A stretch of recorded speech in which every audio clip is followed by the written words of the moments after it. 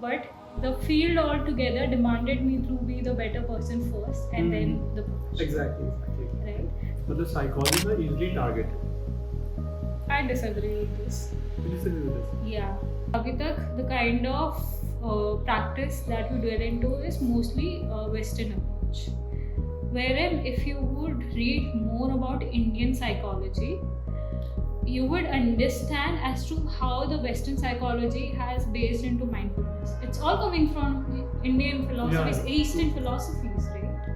So मुझे ये argument बहुत बेसलेस लगता है कि आप साइकोलॉजी में कमा नहीं सकते। इसमें जितना स्कोप है उतना आपको कहीं और नहीं मिलेगा क्योंकि you can dwell into innovation in this field. काफ़ी ऐसी चीज़ें जिन पे भी इंडिया के लेवल पे काम करना काफ़ी हद तक बाकी है. So that gives you even more scope than restricting it. आपकी awareness restrict करती है चीज़ें. Lack of awareness. Hello, welcome to the second podcast of Unwiring Mind. And ये podcast जो आप अभी सुनने वाले हैं ये काफ़ी इंटरेस्टिंग होने वाला है आपके लिए, हमारे लिए तो था ही, क्योंकि ये पॉडकास्ट में हमने एक क्लिनिकल साइकोलॉजिस्ट से बात करी है. तो आपको जो भी आपके सवाल हैं साइकोलॉजी सब्जेक्ट को लेके, आखिर एक साइकोलॉजिस्ट करता क्या है, और सबसे ज़रूरी सवाल, क्या एक साइकोलॉजिस्ट आपका दिमाग पढ़ सकता है? So let me introduce to you clinical psychologist Ayushi Garg and उनके साथ की पूरी कॉन्वर्सेशन. तो आपके सामने थोड़ा नर्वस हो रहा है. अरे भाई so नर्वस वाली क्या बात है. You have been a part of my journey, right? So while I was learning, you were a part of that process. तो मैम कैसी रही आपकी जर्नी साइकोलॉजी तक, मतलब क्लिनिकल साइकोलॉजी तक? क्लिनिकल साइकोलॉजिस्ट तक काफ़ी अप एंड डाउन आए, बट एक हमेशा से जब मैं साइकोलॉजी की फील्ड में आई, सो पहले तो 11th स्टैंडर्ड तक मेरे को पता भी नहीं था साइकोलॉजी होती क्या है. The change in school, change in subjects, I got to know what psychologist is for the first time. और फिर हर किसी का मैथ्स के साथ वो डर और वो लड़ाई led me to psychology in the very first place. So being a student attending a free lecture of psychology led me to start my journey of psychology in the very first place. और जब से जाना समझा हमेशा यही रहा कि करना है तो कुछ ऐसा करना है कि हाँ इसमें मार्क बना सके. So that led me to be a clinical psychologist, which I am now. So that's how the journey started. But हाँ काफ़ी ups and downs रहे because it's not always the way you expect it to be. Yeah. So ma'am तो क्या ऐसी like आपने बोला कि it's not always the way you expected to be, तो कौन सी ऐसी चीज़ें थी जो आपने एक्सपेक्ट नहीं करी थी फील्ड में? काफ़ी चीज़ें थी. I mean psychology has always been a very complicated niche since it's related to behavior sciences, right? And it's not purely objective but has a portion which is linked to subjectivity also. And dwelling into that brings a whole lot of uncertainties around, right? So with uncertainties, unexpected things goes hand in hand. Yeah. You cannot always be certain about it, right? So काफ़ी ऐसा रहा जहाँ पर सिर्फ theory ने काम नहीं किया, और जब बात प्रैक्टिकल एस्पेक्ट की आई तो it was not just about your learnings and knowledge, it was also about the person you are and how willing you are to grow. Exactly, ये तो मैंने देखा है साइकोलॉजी की फील्ड में, राइट? कि मतलब ऑब्जेक्टिव से ज़्यादा आपका सब्जेक्टिव एक्सपीरियंस भी मैटर करता है. That's your presence of mind, your experiences, that your listening play skills. into. Exactly. That's the very initial point of being a part of psychological field. So when I say कि expect नहीं किया था तो काफ़ी कुछ इस length तक expect नहीं किया था कि पढ़ने से ज़्यादा या ट्रेनिंग लेने से ज़्यादा it would be more about growing as an individual. Okay. थोड़ा आइडिया था कि हाँ ठीक है इसके साथ खुद की भी इम्प्रूवमेंट होगी, खुद भी I will be a better person, but the field altogether demanded me to be the better person first and then the profession. Exactly. Right? So that is something that I learned over the period of my training and learning till now, till date. Even though I'm a profession, I still consider myself as a student. So that's one key component जो आप जाकर समझ पा रहे हैं, right? So that's ma'am मेरे साथ ना उल्टा हुआ है. मतलब मेरे साथ ऐसा था कि मुझे पता था कि मतलब एज अ पर्सन मैं ग्रो करूंगा, क्योंकि मेरे जो साइकोलॉजिकल वो थे फाइट्स उन सब के होते हैं, बट मुझे ये नहीं पता था कि इतना ज़्यादा पढ़ना पड़ेगा, कि स्टैट्स रिसर्च, खैर वो तो अभी भी थोड़ी बहुत तरीके से जाती है, बट स्टिल काफ़ी ज़्यादा अभी भी देखो तो काफ़ी ज़्यादा मेहनत है उसमें। और लाइक जब मेरी आपसे बात हुई तो जब आपने बताई अपनी जर्नी कि ठीक है बिल्कुल पूरे मतलब बहुत क्लेवर बन के चलना पड़ता है, ऐसा नहीं कि आप मतलब you have a good heart और आप चाहो कि सामने वाले बंदे को आप सही करना चाहो, बट उसके बाद बहुत सारे वो भी हैं लूप होल्स हैं, जैसे एक साइकोलॉजी को अपनी सिक्योरिटी इश्यूज काफ़ी संभालने होते हैं कि कोई केस कर सकता है उस पर बहुत इजीली, मतलब साइकोलॉजी का इजीली टारगेट है। I disagree with this. Disagree with this? Yeah, ऐसा नहीं है कि easily target हो जाते हैं. It's more of your preparedness with things, right? अगर आपको पता है आपके ethics क्या है, आपके norms क्या है, आपका guideline क्या है जिससे आप चल सकते हैं, which are very well given in our gazetted documents, right? तो हर कोई आपको नहीं threaten कर सकता, and those are the documents which gives you a sense of security in the very first place, wherein I understand where you're coming from कि usually लोगों की आदत होती है दूसरों पे blame डालने की, right?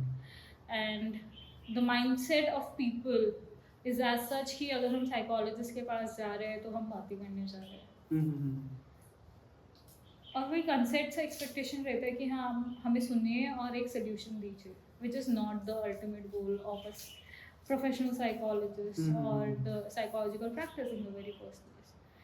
तो वहाँ पर if you are very true with your ethic and guidelines, the legal guidelines for that matter, so you can be pretty much secure with that. Okay.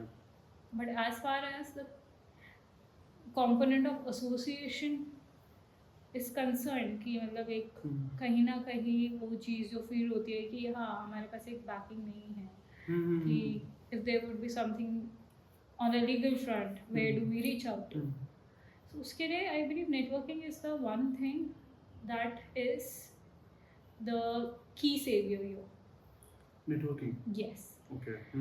Not just in our field altogether, but interdisciplinary component. Being associated with the lawyers, being associated with the psychiatrists, right? Being associated with the educationists. Okay, being associated with more experience. Yes, more experienced and people who have their expertise in various other domains. Because being a psychologist or any professional for that matter does not mean that you have that wholesome knowledge which is required to lead a life or lead a profession thoroughly, right? इसीलिए हर एक चीज़ के लिए, हर एक skill के लिए हर एक department होता है अलग, अगर हम एक इंस्टीट्यूट की बात करें तो. And being a professional psychologist also requires you to have a horizon of things. Yeah. और उसके लिए आपका ये ओपन और मल्टीडिसिप्लिनरी अप्रोच होना बहुत ज़रूरी है. लाइक मैम जब आपने होराइजन ऑफ थिंग्स की बात करी तो मैंने देखा ये तो आपने उसका बताया कि सिक्योरिटी मतलब लाइक आउटसाइड द प्रोफेशन क्या क्या चीज़ आपको हेल्प कर सकते हैं, बट मैंने देखा कि जब आप क्लिनिक के अंदर हो और क्लाइंट से डील कर रहे हो तो तब भी आपको मल्टी डिसिप्लिनरी नॉलेज होनी चाहिए. बिल्कुल होनी चाहिए. लाइक बहुत सारे साइकोलॉजिस्ट एक ही फील्ड के साथ लाइक साइकोलॉजी के साथ ही मतलब जो उनके टूल्स हैं जैसे जो थेरेप्यूटिक टूल्स हैं उनसे बहुत क्लिंच करके रहते हैं. Like you feel there are both ways, honestly. I mean, I've come across people who have expanded their horizon with the pseudo sciences also, right? And I have came across people who were in the core medical field and associated with psychology now. Okay. And more than that, I have came across people who have been from psychology and sticked to only psychology also. So the graph of their growth varies, and it tells a lot about which approach is quite effective for that matter. Or it So- can be subjective. Yeah, it can be subjective also. See, initially when you step into the field of psychology as a professional, right, the fresher to start with, in those phases I have seen people sticking specifically to psychology, the majority, wherein over the period of time, yes, with the cultural components, with the diversity in India specifically, people do explore out, enrich their knowledge, which increase their experience and help them practice even more efficiently. पर इसका मतलब ये नहीं है कि सिर्फ psychology से आगे नहीं बढ़ सकते, right? If you are doing it the right way with the scientific approach, evidence-based practice, you can grow and flourish with that also. Okay. But then emphasis here is evidence-based practice. और उसमें भी ऐसा नहीं है कि there is a just a line on the stone. It's always evolving, right? With humans, with sciences, human behavior, subjectivity, advancements in technology, and even more. The evolution theory, the Darwin's evolution theory, clearly states that people do evolve at varied point of time. So, Adaptability.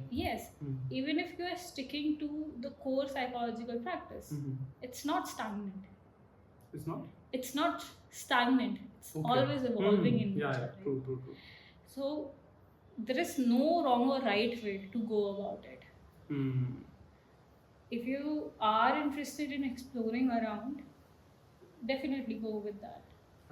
And if you think that core psychology is something that enriches your experience and helps you serve better, then stick to that. But I'm curious कि like लोगों को helpful ज़्यादा क्या रहेगा? Like is it core psychology or it's just like ये बस subjective है कि किसी के लिए core psychology काम करेगा और किसी approach और किसी के लिए like multidisciplinary वो काम करेगा. See, multidisciplinary में फिर हमें ये देखना पड़ेगा कि हम किन चीज़ों की बात कर रहे हैं. If you could specify that. Like some people, some psychologists maybe, suggest yoga, and I have seen few psychologists who suggest astrology also. So like the pseudo part also. See, pseudo, including astrology, Reiki, tarot, are more of prediction sciences, right? Wherein you try and emphasize on how future would turn out to be. And even more than that. Not just that, they also dwell into specifying the personality types, which are not very scientific in approach. Yeah, no, right? Not at all. As of now. Yeah, I mean, there might be certain researches going on that. I'm not very certain since that's not my area of interest. But one thing which that I can say is, with these kind of a sciences, it could anchor for a while. But as far as my experience is concerned, they cannot give you that self-reliant, healthy patterns to go about with life,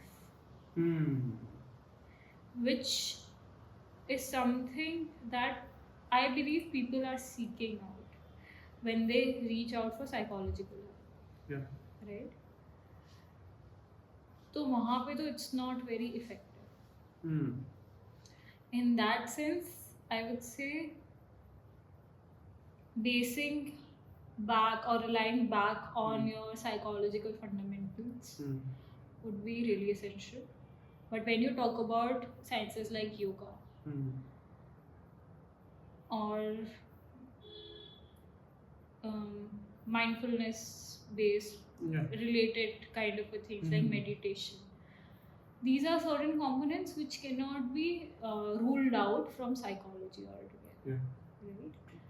अभी तक the kind of practice that we dwell into is mostly Western approach. Wherein, if you would read more about Indian psychology, you would understand as to how the Western psychology has based into mindfulness. It's all coming from Indian philosophies, Yeah, Eastern true. philosophies, right? So I don't believe yoga or meditation are pseudosciences. No, that's like वो तो मैं believe नहीं करता, but And they are उसके बाद भी- equally effective as much as our other elements are, Hmm. right? So Mhm. that's the thing. Hmm. But keeping in mind the comparison with astronomy, numerology, Yeah. Reiki, Hmm. and this your tarot, Mhm. of course they have healing aspect. Okay. You believe in it? To some extent. That's not my interest area, so I won't say that. But yes, these Uh, sciences do work on the lines of healing altogether, Hmm. right? Astronomy, maybe we have remedies. Hmm. Numerology, maybe we have corrections. Hmm. Reiki में it's whole process of body healing, mind body relationship. Tarot में भी also there are certain sort of Yeah. remedies, right? तो aim तो वो healing के लिए ही कर रहे हैं, पर कितना scientific है, कितना effective है, Hmm. I can't comment on that Okay. because I don't dwell into such kind of practices. तो एक ना हवाई हीलिंग टेक्निक है होपोपोनो, इसमें मेरी रिसर्च तुरंत ज़्यादा शुरुआत करी होगी कॉलेज की। अब उनका ट्रेडिशनल हीलिंग फॉर्म था हवाईन पीपल का। तो अब उसमें बेसिक क्या है, बहुत बेसिक है, अफर्मेशंस। लाइक आप दिन में एक बार या रात को सोने से पहले कुछ चीज़ें फॉर्म करते हो। तो मतलब कि वैसे तो बहुत ही लाइक दूसरे लोग उसको बहुत ही वैसे देखेंगे सूडो पर्सपेक्टिव से, but it's based on psychology only. Of course, affirmations do work in psychology. तो मेरे को ऐसा लगता है कि क्या बोलते हैं, जितने सूडो साइंसेस हैं वो भी क्या बता कहीं ना कहीं बेस करते हो साइकोलॉजी में कहीं ना कहीं, if they have some healing aspects. Things do overlap, right? और ऐसा तो बिल्कुल भी नहीं है कि हमारे हीलिंग एस्पेक्ट्स जितने भी ये साइंसेस में हैं वो कहीं ना कहीं साइकोलॉजी से रिलेट नहीं करते, पर कितने परसेंटेज से करते हैं दैट वेरी, राइट? काफ़ी बार ऐसा होगा कि हमारे कुछ टेक्निक्स, मतलब जो हम फंडामेंटल साइकोलॉजी की बात करते हैं कि हाँ ये हमने इस अप्रोच में पढ़ा है, इस स्कूल ऑफ साइकोलॉजी में पढ़ा है, वो आपको कहीं ना किसी हीलिंग साइंसेस में मिल जाएगा, ठीक है? और फिर अगर आप थोड़ा उसका बैकग्राउंड चेक करोगे तो पता चलेगा कि दोनों में से कौन सा पुराना है and what is coming from where, that's how you make sense of it, right? तो हम ये नहीं बोल सकते कि कोई चीज़ बिल्कुल ही एग्जिस्ट नहीं करती है या बिल्कुल इफेक्टिव नहीं है या ये सुपीरियर है या inferior. No, with cultural changes, with diversity, belief system also changes, right? And that's the core of any healing transformation.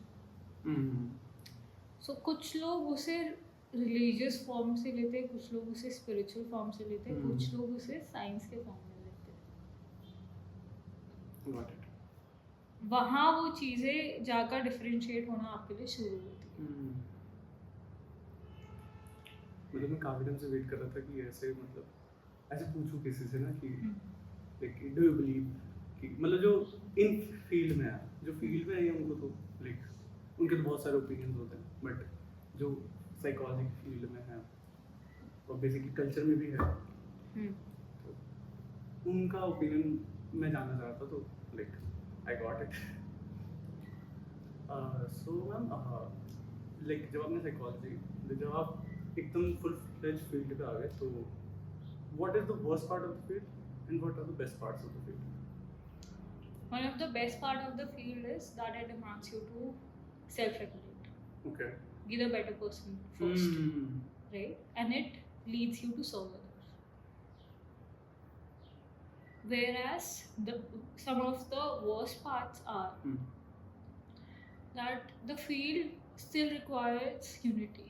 Unity. Yes. Hmm. With all the kind of debates going around. Yes.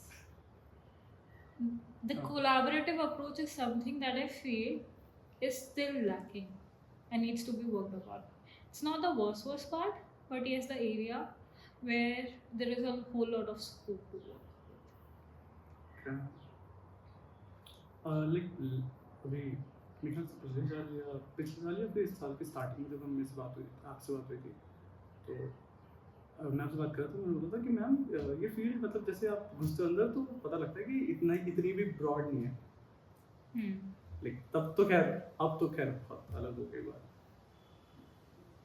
अब but तब unity वाला expect like हमने discuss नहीं किया था कि है कि नहीं लोगों में, बट तब आपकी बात सुन के मुझे ऐसा लगा नहीं कि लाइक है नहीं, मुझे लगता था कि लाइक इतना competitive. Yeah, I'll tell you why it's coming now. क्योंकि अभी जितने भी ये रेगुलेटरी चेंजेस आ रहे हैं नॉर्म्स एजुकेशन लेवल पे क्वालिफिकेशन लेवल पे and there is a whole lot of debate which was going on couple of months back कि why is RCI looking into regulating the counseling psychologists for that? Yeah. Right? So there were certain articles and LinkedIn posts around that counseling psychologists are better, no, clinical psychologists are better. So this is where the whole gap came up. Right? And that is why it's coming up recent कि ऐसा अब क्यों है और पहले क्यों नहीं था। हाँ, okay. वरना 6 months back things were pretty much smooth. हाँ, like nobody was talking about it, nobody was highlighting it to the extent कि who is superior, who is inferior. But now it's legit all scattered in a way that everyone is looking for what designation you are holding up. Yeah, true. Right? Despite of the fact that the whole motive of this field is to grow and serve others. True. Right?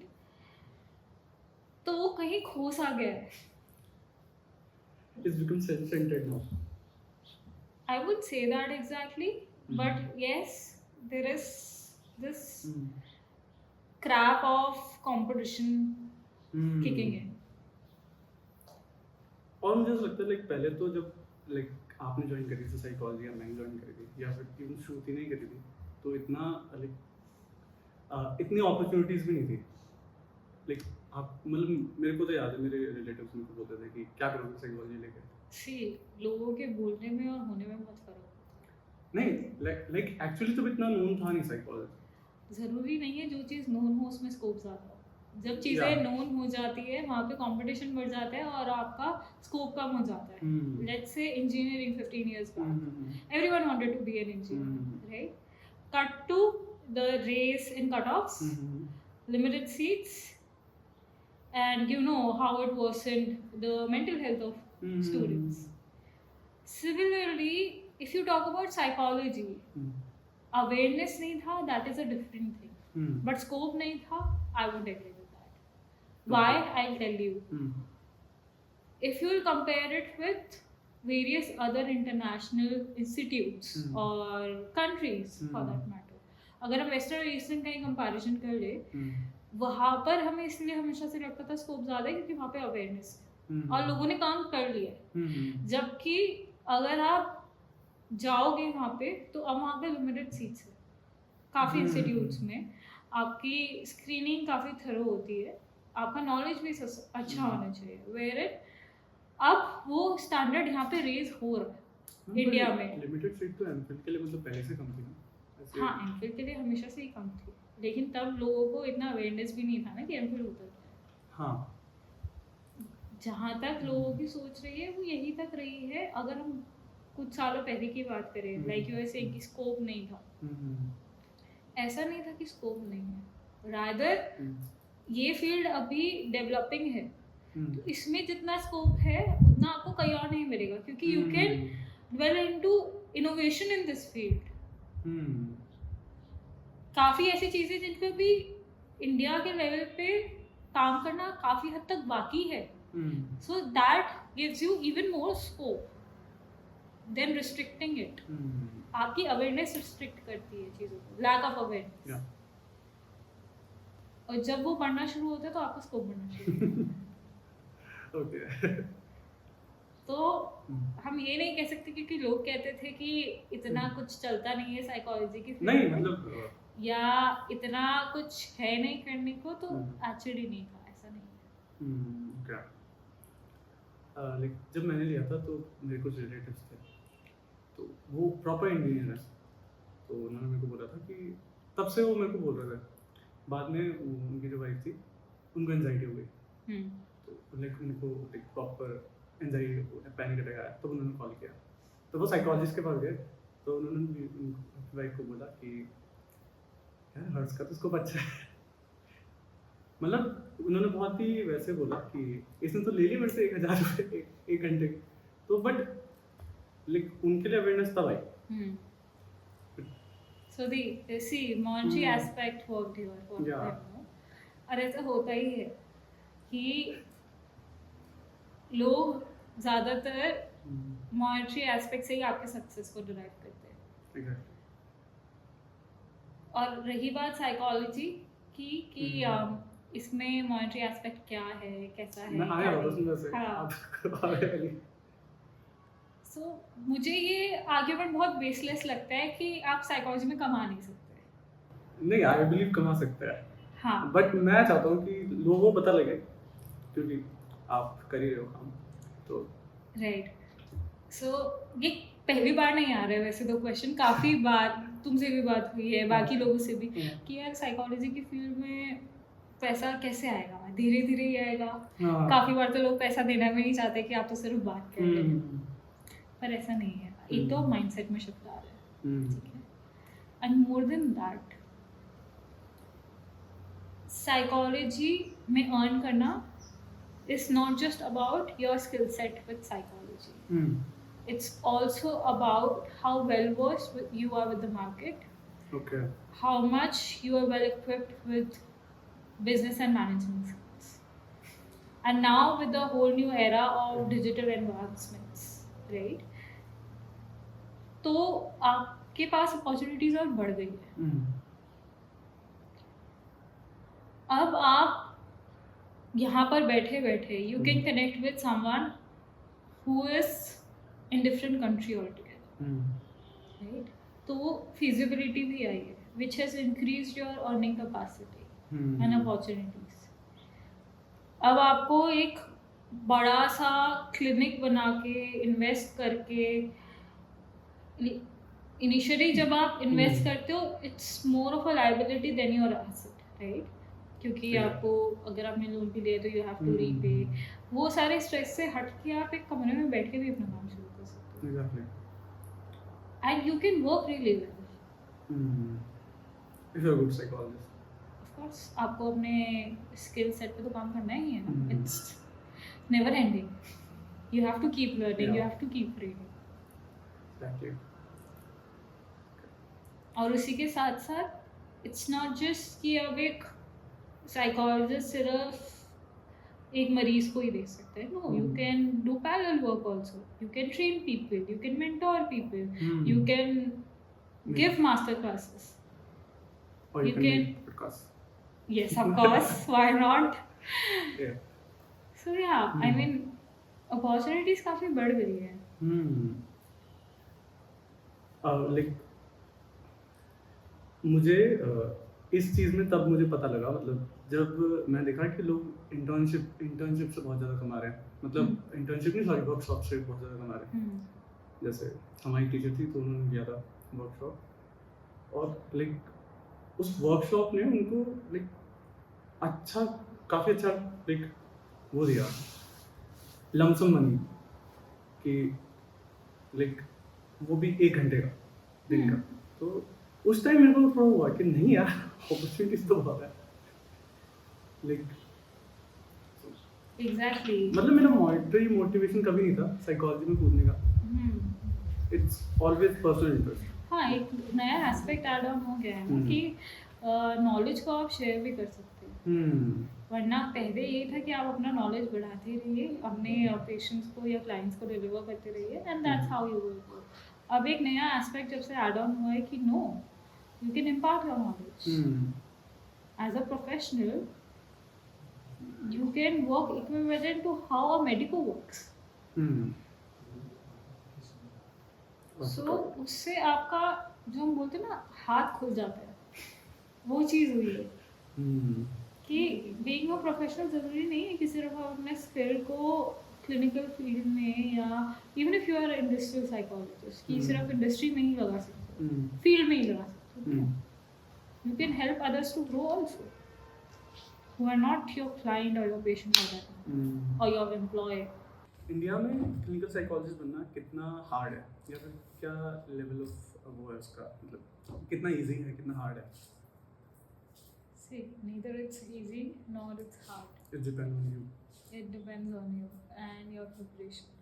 वे तो सबको ही पता है अभी फिलहाल इस साल के लिए you have to go through MPhil. But in upcoming years there are various reforms that are coming in. So पहले तो आपका एजुकेशन क्वालिफिकेशन ही है जो पूरा होना चाहिए. You must have RCI का license to be a clinical psychologist. If you ask me how that journey is supposed to be, all professional. Huh? All professional. All professional. Right.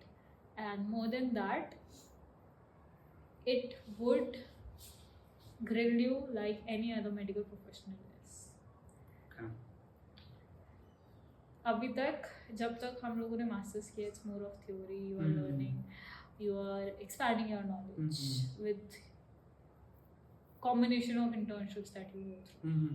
और उसमें फिर आपका जो एक बैलेंस होता है ना वर्क एक्सपीरियंस गेन करने का और नॉलेज थ्योरी रिवाइज करने का, that's very different from what is during that phase of training with RCI. उधर you have to be always on your toes. आपको लेक्चर्स भी डेली बेसिस पे अटेंड करने हैं, आपको अपना ट्रेनिंग भी डेली बेसिस पे अटेंड करना है. आपके जो रिक्वायरमेंट्स एकेडमिक होंगे that would not be on the lines कि हाँ ठीक है आप अपना प्रोफेशनल जो एक्सपीरियंस गेन कर रहे हो उसे आप कभी कम ज़्यादा कर सकते हो. नहीं, it will all work parallel. Okay, मतलब आपको काफ़ी तगड़ा मैनेजमेंट चाहिए इसके लिए. ठीक है, मेरा तो बहुत वीक है मैनेजमेंट. हाँ, सो वो जब आप उस फेज में होते हो वो आपको तैयार करता है उस चीज़ के लिए, क्योंकि आपका प्रोफेशन आगे चल के being a clinical psychologist won't give you the time to sit and learn at पर योर ईज. नो, वो आपको अलॉन्ग साइड ही करना होगा. तो ये जो 2 साल की ट्रेनिंग है जो अब शायद मास्टर्स में बदल रही है और अभी तक वो MPhil में रही है, वो आपको इसी चीज़ के लिए तैयार करता है. और उस चीज़ के लिए तैयार करने के लिए आपको जो बोलते हैं ना एक हीरे को हीरा बनने के लिए कोयले की खान में तपना पड़ता है, वो वाला हाल होता है. And the sad part about it is that even being a part of mental health fraternity, nobody actually gets the time to sit and acknowledge their own mental health during their lives. Exactly. मतलब ये तो मैंने कितनों के साथ देखा. मैंने बोला कि ये चीज़ थोड़ा अभी हमारे इंस्टीट्यूशन में लैकिंग है कि हमें ज़रूरत है कि थोड़ा और रिसोर्स बढ़े तो हम ट्रेनीज को during their phase of becoming a clinical psychologist साथ में मेंटल हेल्थ सपोर्ट भी प्रोवाइड कर सके, ताकि वो अपना सेल्फ रेगुलेशन जो डिमांड करता है ये फील्ड उस पर भी साथ ही साथ काम कर सके. क्योंकि हम अगर वो खुद ही सही होंगे तो फिर एग्जैक्टली एक ओपन स्पेस, एक सेफ स्पेस तो ज़रूरी है. तो तुम जैसे पर्सनालिटी टेस्ट आपने बताया, हाँ. तो लाइक साइकोलॉजी के बाहर में जिनको पता नहीं है तो उनको ये पता है पर्सनालिटी टेस्ट कुछ होता है. ठीक है, जिसे पता है साइकोलॉजी का थोड़ा सा भी टर्मिनोलॉजी, उन्हें पर्सनालिटी टेस्ट पता ही है. उनको पर्सनालिटी टेस्ट पता है क्योंकि उन्होंने फॉर्म फिल भी करा है. हाँ. तो मैं ही जानना चाहता कितना % रिलायबल है पर्सनालिटी टेस्ट, क्योंकि MBTI जो है मैंने देखा है लोग उसको बहुत सीरियसली लेते हैं, ओके, तो उसकी इतनी रिलायबिलिटी है नहीं। सी रिलायबिलिटी की बात ऐसी है, आपकी जो पर्सनालिटी है that's based on the traits, और ऐसा नहीं है किसी में कोई ट्रेट होता ही नहीं है, होते हैं, लेवल्स वैरी करते हैं, और उनका मैनिफेस्टेशन बेस्ड होता है आपके एनवायरनमेंट पे और आपके करंट स्टेट और एक्सपीरियंस पे। MBTI जो है वो आपकी करंट स्टेट पे ज़्यादा आपको इवैल्यूएट करता है, राइट? सो ये मैंने खुद भी ट्राई करके देखा है, तो इसलिए मैं बता रही हूँ कि हर 6 महीने में अगर आप रिवाइज करोगे उस टेस्ट को तो चेंज आएगा, तो चेंज आता है। हाँ, ठीक है? ऐसा भी हुआ है। थोड़ा बहुत आसपास आपको चीज़ें मिलेंगी, क्योंकि आपकी साइकी तो जो पैटर्न बेस है वो तो वैसे ही चलता है ना, ट्रेड बेस पे, पर एक्सपीरियंस के बेसिस पे वो चेंजेस आएंगे। तो it's not about reliability of the test all, it's the change in your experience and environment that yield you such kind of results. अगर हम बात करें प्रैक्टिकल एप्लीकेबिलिटी की MBTI की स्पेसिफिकली और रिलेटेड टूल्स की, तो ये वाले जो टूल्स होते हैं हमारे, ये हमारे सेल्फ अवेयरनेस के लिए होते हैं, या अगर हम इसे थेरेपी में भी अगर हम एम्प्लॉय करें कि हाँ ठीक है हमने MBTI किया तो हमें कुछ ट्रेट्स पता चले। एक मिनट, ये जो टूल्स होते हैं MBTI, जो क्वेश्चन टेस्ट है, ये सारे ये सेल्फ अवेयरनेस के लिए हैं? Not exactly, what I am trying to say is इससे आपको ट्रेट्स पता चलेंगे, ठीक है? MBTI के अगर आप साइट पे भी जाएंगे तो वहाँ पे आपको वो खुद से करने देगा टेस्ट, और फिर हर 10-15 दिन में आपके पास ईमेल आ रहे होंगे कि आप ये कर सकते हैं, आप वो कर सकते हैं, ऐसे कर सकते हैं, वैसे कर सकते हैं। तो एक तरीके से उन्होंने उसे सेल्फ अवेयरनेस के लिए बाहर कर ही दिया है ना, कि आप सेल्फ इवैल्यूएशन के लिए, सेल्फ रिपोर्टिंग के लिए ले सकते हो उस टूल को। पर अगर मैं इसकी बात करूँ practical applicability in the terms of therapy, तो ये कैसे यूज़फुल होगी, किस तरीके से यूज़फुल होगी कि हमें लोगों के ट्रेट्स पता चलेंगे कि हाँ ठीक है, how open a person is, वो किस डोमेन में फिट हो रहे हैं, मतलब लाइक कर रहे हैं, introvert, extrovert, ambivert, and all of them there openness to experience and various other domains। तो वहाँ पर हम ये समझ सकते हैं कि हाँ किसके साथ क्या अप्रोच है, उसमें वो हमें हेल्प बिल्कुल कर सकता है। पर ऐसा नहीं है कि टूल बिल्कुल ही अनरिलायबल है, पर हाँ it would change over the period of time, the results would change because a human is also changing। Okay. तो जैसे इसमें से एक फैक्टर निकल के आता है पर्सनैलिटी का, तो लाइक जैसे बहुत सारे लोगों को कन्फ्यूजन होता है कि आपकी पर्सनैलिटी है क्या, तो आप उसमें एक्सप्लेन करना चाहोगे थोड़ा? सी इसमें जो निकल कर आता है वो कॉम्बिनेशन ऑफ ट्रेट्स निकल कर आता है। Combination of traits? हाँ, ओके, राइट। ट्रेट्स समझाओ थोड़ा। Combination of traits as in वो आपको बताएगा कि आप इंट्रोवर्जन में लाइक कर रहे हो, एक्सट्रोवर्जन में लाइक कर रहे हो, कंसाइटिसनेस है कि नहीं है, ओपननेस है कि नहीं है, सोशली कितना ओपन हो, राइट, आपका वे ऑफ अप्रोच क्या रहता है, ये सारी चीज़ें वो आपको बताता है। उसके लिए उन्होंने अलग अलग टर्म्स यूज़ किए हैं, so I am not dwelling into the details all together, पर ये जो है ये आपको एक कॉम्बिनेशन बता रहा है कि अभी आपका माइंडसेट या आपके ट्रेट्स किस तरीके से मैनिफेस्ट हो रहे हैं आपके माइंडसेट में, और आपका वे ऑफ अप्रोचिंग थिंग्स क्या चल रहा है। ओके, तो कैसे आप, क्या आपका पर्सपेक्टिव है? यस, ब्रॉडर सेंस में हम कह सकते हैं। तो मैम एक मेरे को क्यूरियोसिटी बहुत भी थी, मेरे को विच इज़ अ सेम कि मेरे को पता नहीं है अभी कि क्या चल रहा है उसमें, जो भी चेंजेस गाइडलाइंस है। इसमें शेम वाली कोई बात है, there is a whole lot of confusion going on. Exactly, नहीं मेरे को ऐसा लग रहा है थोड़ा तो कुछ पता होना चाहिए, कुछ भी नहीं पता।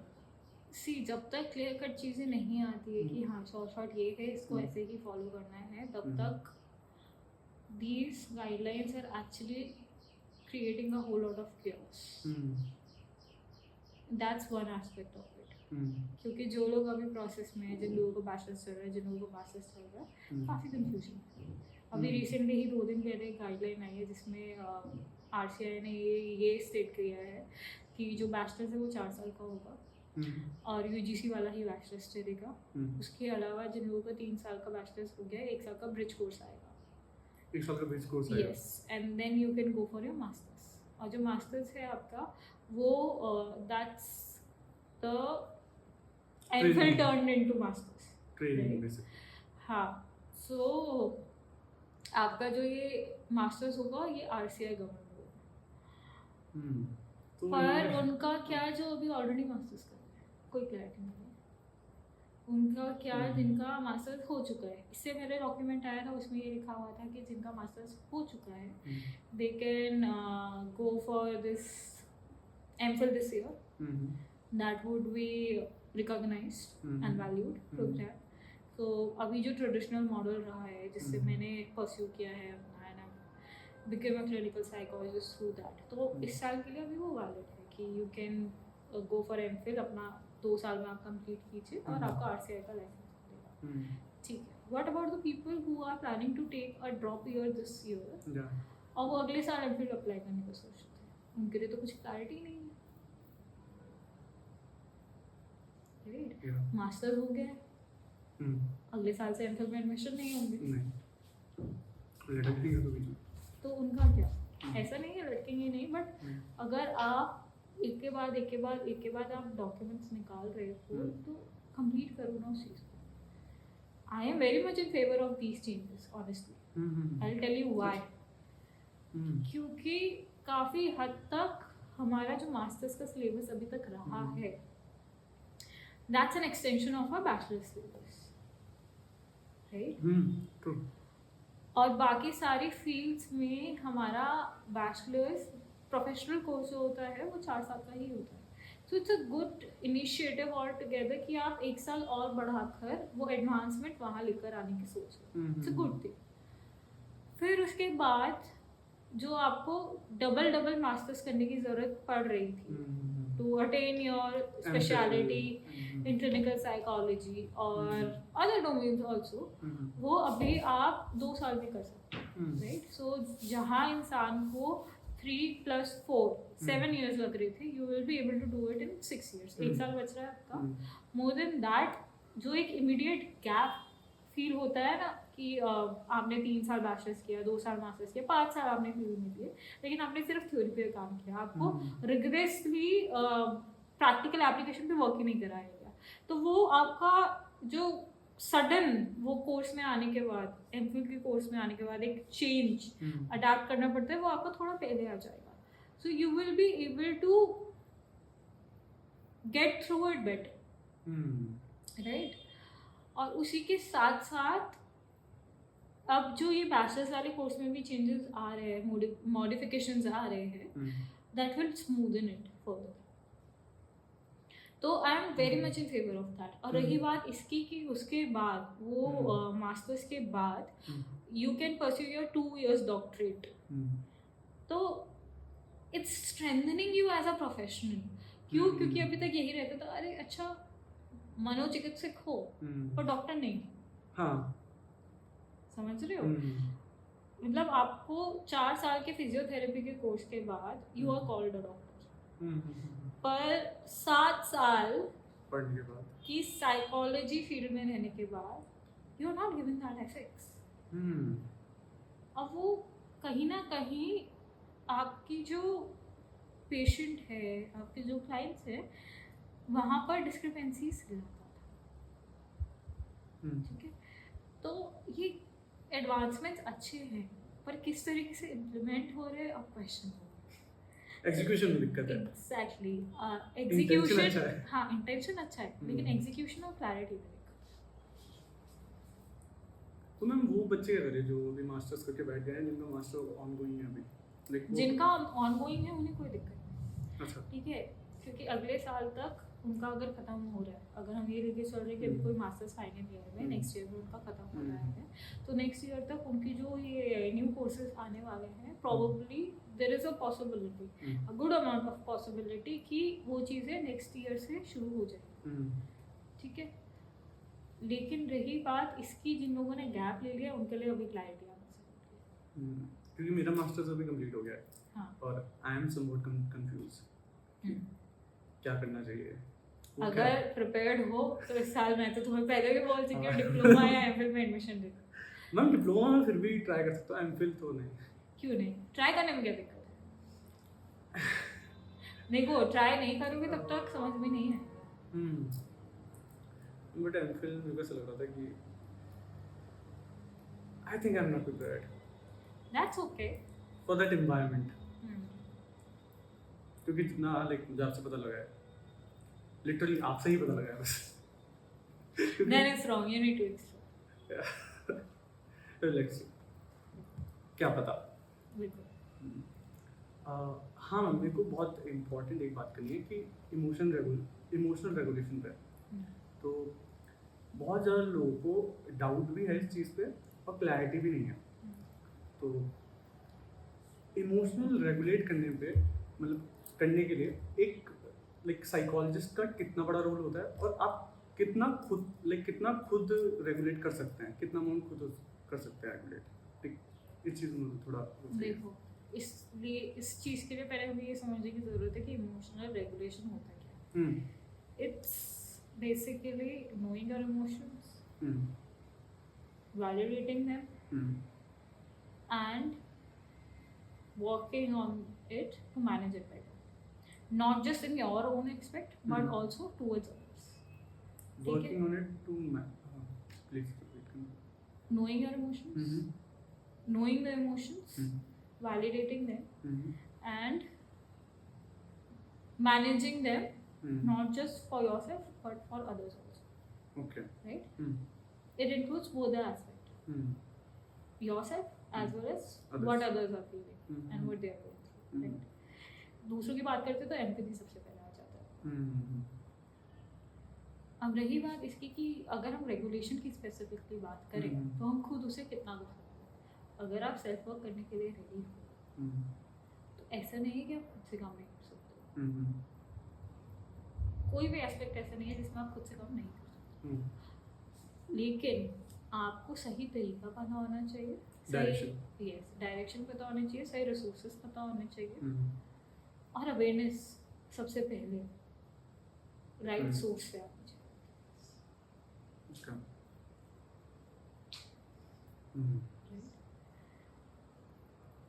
जब हम वो नहीं कर पाते हैं खुद से, क्योंकि as I said previously also कि we can not be the masters of all the trades, तो हमें प्रोफेशनल्स की जरूरत पड़ती है. इट्स एज सिंपल एज किसी के घर का पंखा खराब हो गया तो उसे मैकेनिक की जरूरत पड़ेगी, अब वो बुलाएगा भी उसे. सिमिलरली अगर आप अपने इमोशन से डील नहीं कर पा रहे, या आप की reciprocity towards others emotions is not something which you think is working well for you, seek out.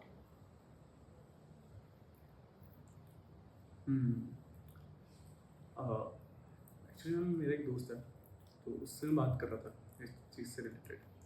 तो मतलब उसने मेरे से साइकोलॉजिस्ट का पूछा तो बता दे. मैंने उसे बताया नहीं क्योंकि लाइक मेरे को लगा जाके ज़्यादा डिबेट करेगा instead of like working on himself. तो एक उसकी अप्रोच ऐसी थी कि I can like go with self help instead of a psychologist. तो मैं तो ज़्यादा डिफेंड नहीं किया, but like what's your opinion on that?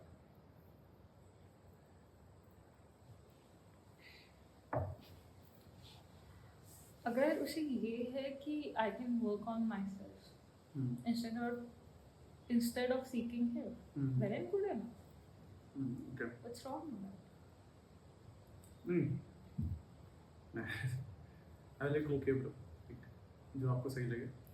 See, ज़रूरी नहीं है कि अगर हमारे को किसी चीज़ से दिक्कत है या कोई चीज़ हम नहीं मैनेज कर पा रहे तो हम वो नहीं कर सकते. एज अ साइकोलॉजिस्ट आप भी किसी को हेल्प तभी कर सकते हो जब उस इंसान को एक्सेप्टेंस है इस बात का कि हाँ प्रॉब्लम है, मैं खुद से नहीं मैनेज कर पा रहा हूँ या कर पा रही हूँ, एंड आई नीड हेल्प. ज़बरदस्ती आप किसी की हेल्प नहीं कर सकते, और उस इंसान की तो बिल्कुल भी आप हेल्प नहीं कर सकते जिसे ये लगता है कि मुझे हेल्प की ज़रूरत है. काफ़ी बार ऐसा होता है कि फैमिली मेम्बर्स को लगता है कि हाँ पेशेंट को कुछ दिक्कत है, अब वो ले आते हैं ज़बरदस्ती, पर पेशेंट कोऑपरेट नहीं करता है, वो डिफेंसिव होते हैं, गार्डेड होते हैं. So how do we deal with that? We can only deal with such patients or clients by giving them a safe and comfortable space. Then it's up to them to decide whether to continue or not. पर बिना acknowledge किए problem को कोई help लेके भी improve नहीं हो सकता। तो मैम मुझे एक बात करनी थी कि ऐसी कौन सी मिस्टेक्स होती है जो लोग करते हैं अपने साथ लाइक अपने मेंटल हेल्थ को और भी वर्स करने के लिए? Generalisation okay, please explain. सबसे बड़ी बात यही है कि जब ये कंसेप्ट आया था, अरे ये तो सबके साथ होती है बात, हाँ, और फिर लोग स्ट्रेच करते चले जाते हैं अपने मेंटल हेल्थ प्रॉब्लम को। वहाँ डेफिनेटली आई वुड से कि पीपल वर्सन देयर मेंटल। जब आपको ये पता है कि कुछ दिक्कत लग रही है, and that's what you are experiencing, right? सो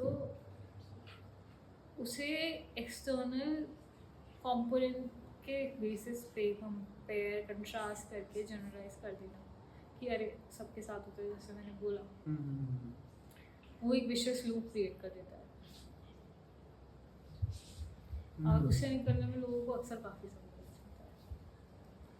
उससे निकल के थेरेपी पे पहुंचने के लिए। यस। तो इनिशियली जो आप सरफेस लेवल प्रॉब्लम को डील करके आगे बढ़ सकते थे, वो उस स्ट्रेच के वजह से वर्सन हो जाता है। तो लाइक अपने प्रॉब्लम के बारे में इग्नोरेंट होना, more than that denial, okay, कि है ही नहीं, हो जाएगा। सबके साथ होता है, गुस्सा तो सबको बहुत आता है, चीज़ तो कोई भी तोड़ सकता है, उदासी किसी को भी हो सकती है, थकान किसी को भी हो सकती है, हम डिप्रेस थोड़ी है, हमें तो आलस ही आ रहा है। मैंने देखा इसमें इंट्रोस्पेक्शन वाला फैक्टर बहुत काम करता है। मतलब किसी की कोई है जिसकी अच्छी इंट्रोस्पेक्शन क्वालिटी है, मतलब लाइक उस पे स्किल है बेसिकली इंट्रोस्पेक्ट करने की। इंट्रोस्पेक्ट करके भी अगर आप रैशनलाइज कर जा रहे हो उसे, तो आप जनरलाइज कर दो ना। वो जो आपका रैशनलाइजेशन है वही तो क्वालिटी है, that's a difference mechanism. Rationalisation is logically उस चीज को वो कर देना। हाँ, लॉजिकली उस चीज को अंडरकवर कर देना। ओके, ठीक है। हाँ, वही वाली बात की, ऐसा तो होता ही है। और मैम आपने जैसे आपने दोनों की मतलब इंटरनेशनल क्लाइंट्स फील करें और नेशनल क्लाइंट्स फील करें, तो आपको माइंडसेट में कुछ फर्क दिखा? काफी क्या? ओके, ठीक है। जैसा ऐसा नहीं है कि इंडिया में अभी लोग रिसेप्टिव नहीं है, रिसेप्टिविटी दोनों जगह है, बट जो ये मैंने अभी बोला ना कि जनरलाइजेबिलिटी या रैशनलाइजेशन की वजह से काफ़ी स्ट्रेच हो जाता है, that gap is comparatively lesser with international clients, क्योंकि वहाँ पे एडवोकेसी और अवेयरनेस काफ़ी अच्छी है, whereas that's comparatively more in Indian clients. तो लाइक ये चीज़ प्रॉब्लमेटिक बनती है Of course, क्योंकि वहाँ पे बात फिर सोशल सपोर्ट की भी आ जाती है ना। यहाँ पे मार्जिनलाइजेशन तो वैसे ही रहता है फैमिलीज में, अगर हम बात करें, वेयर इन ऐसा नहीं है कि सपोर्टिव नहीं होती है फैमिलीज, ऑफ कोर्स होती है, पर फिर भी कहीं ना कहीं वो माइंडसेट मीट नहीं कर पा रहे हैं। तो मैम इसके लिए क्या हो सकता है कि अगर जैसे आपका सोशल सिस्टम बिल्कुल सपोर्ट नहीं कर रहा है? इसके लिए मुझे लगता है अवेयरनेस के साथ साथ साइको एजुकेशन पे काम करने की बहुत ज़्यादा ज़रूरत है। And I tell you how psycho education is different from awareness. Awareness हम जनरल टॉपिक पे करते हैं, एक ओवरव्यू देते हैं कि हाँ ठीक है, अगर एंजाइटी है तो किस तरीके से उसे कैसे डील कर सकते हैं। वेयर इन जब आप साइको एजुकेट करते हो तो the first kind of psycho education to start with is the patient or the client goes up to their family and their community based on their personalized experience, क्योंकि हर इंसान का manifestation of psychological problem बहुत unique होगा, individualised होगा उनके अपने experience, environment और biological component की वजह से, तो उसकी बहुत ज़्यादा ज़रूरत है। To understand your background and the people around be supportive towards that, and be aware of what's going on. Okay. वरना ये माइंडसेट बहुत ही फेटल है कि ठीक है सर दर्द हुआ तो ये वाली गोली खा के ठीक हो जाएगा। अच्छा तुम्हारा पढ़ाई में मन नहीं लग रहा है तो पहली तो बात ये कि तुम पढ़ना नहीं चाहो। और दूसरी बात ये पड़ोसी का बेटा भी तो नहीं पढ़ रहा था, उसके पापा ने 2 थप्पड़ लगाया और फिर वो पढ़ना शुरू किया। या उसके पापा ने उसे सुबह 4 बजे उठा के पढ़ाना शुरू किया तो वो पढ़ना शुरू किया, तुम भी सुबह 4 बजे उठ के करोगे। अरे नहीं भाई, हर इंसान अपने तरीके से बहुत अलग होता है। सबकी सर्केडियन रिदम अलग है। ओके। तो मैम अगर कोई ऐसा बंदा है कि जो बिल्कुल सोशली जिसका सपोर्ट है ही नहीं और मतलब वो थोड़ा बहुत समझता है मतलब अपनी इन्वायरमेंट को और सपोर्ट नहीं है और लाइक कहीं से सपोर्ट नहीं है, तो लाइक वो क्या करे? लाइक सपोर्ट नहीं है एज इन फिजिकल प्रेजेंस भी नहीं है सपोर्ट सिस्टम्स की। लाइक नो वन, कोई है नहीं जो उसको अंडरस्टैंड कर पाए लाइक उस कंडीशन को। तो like going to psychologist is one thing you can do. That's one thing, but social system, supportive social system is not always that existing. Okay. It can be built also. Okay. तो जब हम बात करते हैं psychology में social system build करने की, तो there are various modules on the lines of interpersonal skills and social skills that could be really helpful in this context. Okay. और साथ में इमोशनल रेगुलेशन पे तो काम करना ही पड़ेगा। तो हम जाते जाते मुझे आपसे एक लास्ट चीज़ पूछनी कि जो अभी जो बच्चे साइकोलॉजी में एंटर कर रहे हैं या फिर जो आगे एडमायर कर रहे हैं एक क्लिनिकल साइकोलॉजिस्ट बनने का, जैसे मैं आपको देख के एडमायर करता हूँ कि मैं ही बनूँ, तो उनको पहले तो क्या एक्सपेक्टेशन होनी चाहिए, दूसरा लाइक कैसी कौन सी क्वालिटीज़ हैं जैसे लिसनिंग, उसके अलावा कौन कौन सी क्वालिटीज़ हैं जो होनी बहुत ज़्यादा एसेंशियल है? ये काफ़ी अच्छा क्वेश्चन है। मुझे ऐसा लगता है कि जो लोग सस्टेन करना चाह रहे हैं the field of clinical psychologist, उनके लिए कुछ components apart from the basic counselling and psychological skills and the knowledge and the component of training would be to prioritize self-regulation. Okay. Right. And more than that, to be open to experiences. क्योंकि मैंने बहुत सारे लोग देखे हैं जो बिल्कुल मतलब पढ़ना स्टार्ट करते हैं, they are like applying all the knowledge to other people.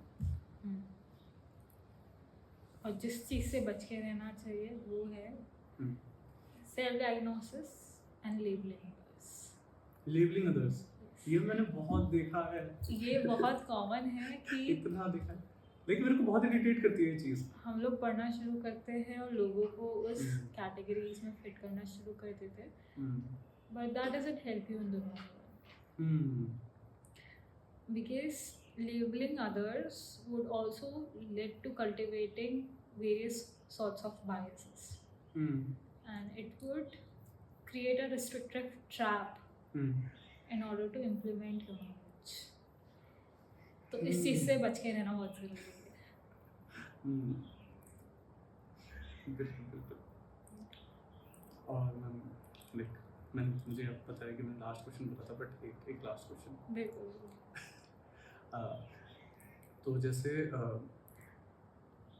जो अटैचमेंट स्टाइल्स होते हैं लोगों के, तो उनको समझने के लिए एक इंसान क्या कर सकता है, like to just understand their attachment styles, क्योंकि रिलेशनशिप इशूज लाइक अभी बहुत प्रोमिनेंट है, तो उनको समझने के लिए एक इंडिविजुअल कर क्या सकता है?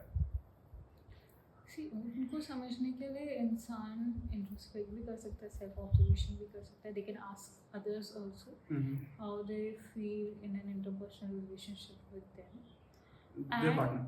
Yes. And they can also use self-reporting tools, right? So there are various self-reporting tools that are readily available online. Okay, like? I won't name any to advertise here, but yes, there are, so you can research about that. Google कर लेना guys. तो आप वो use कर सकते हो, और else you can go for psychometric assessments also. Okay. So thanks a lot You're for most welcome. like joining us for the second podcast of Unwiring Mind. और like मेरे लिए तो काफ़ी enlightening conversation थी. I hope लोगों के लिए भी रही होगी. So thank you.